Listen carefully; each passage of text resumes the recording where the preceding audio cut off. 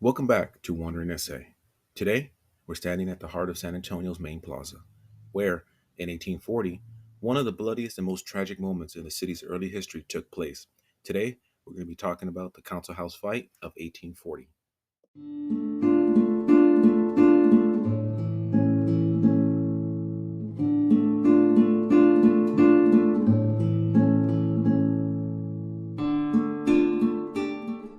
In the spring of 1840, San Antonio was a rough, tense place.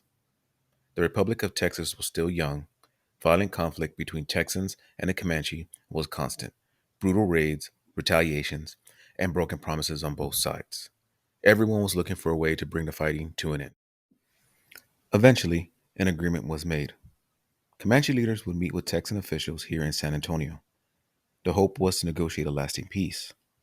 No images exist, but scenes like this give us an idea of what it might have looked like. On March 19th, a delegation of Comanche chiefs, warriors, and some women and children entered the city carrying a white flag. They were brought into the council house right here at Main Plaza to start the talks. The Texans had made it clear to even begin serious negotiations, the Comanches needed to return all the captives they had taken. But when the delegation arrived, they brought only one, a young girl named Matilda Lockhart. Matilda's condition told a grim story. She showed signs of severe abuse during the captivity. When questioned, she revealed that many other captives were still being held, and that the Comanche had no real intentions of releasing them without payments. And by the way, there are no surviving portraits or photographs of Matilda Lockhart.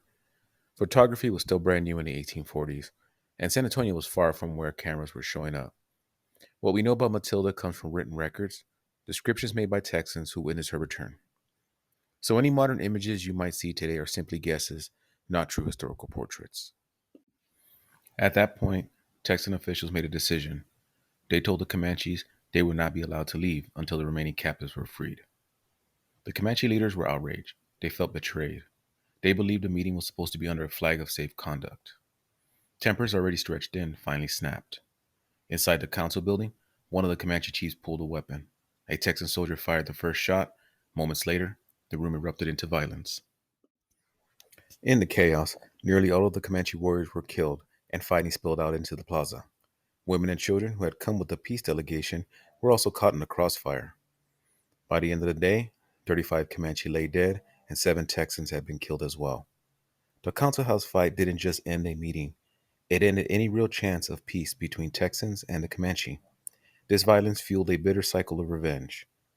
Later that year, Comanche warbands retaliated by launching what is known as the Great Raid of 1840, one of the largest and most destructive Indian raids in Texas history. It's important to remember history isn't always clean.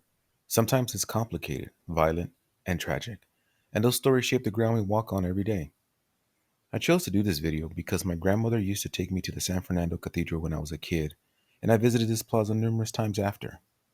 History has an interesting way of changing your views on a place. Just by looking at this plaza, I could never have imagined a fight between early Texans and the Comanche took place here.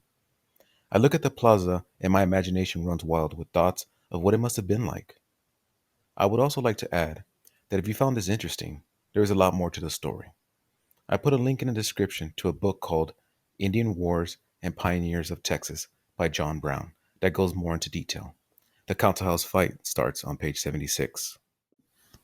Thanks for joining me here on Wandering Essay. If you want to keep exploring San Antonio's history and urban legends with me, hit like, subscribe, and stick around. There's a lot of hidden stories waiting to be found.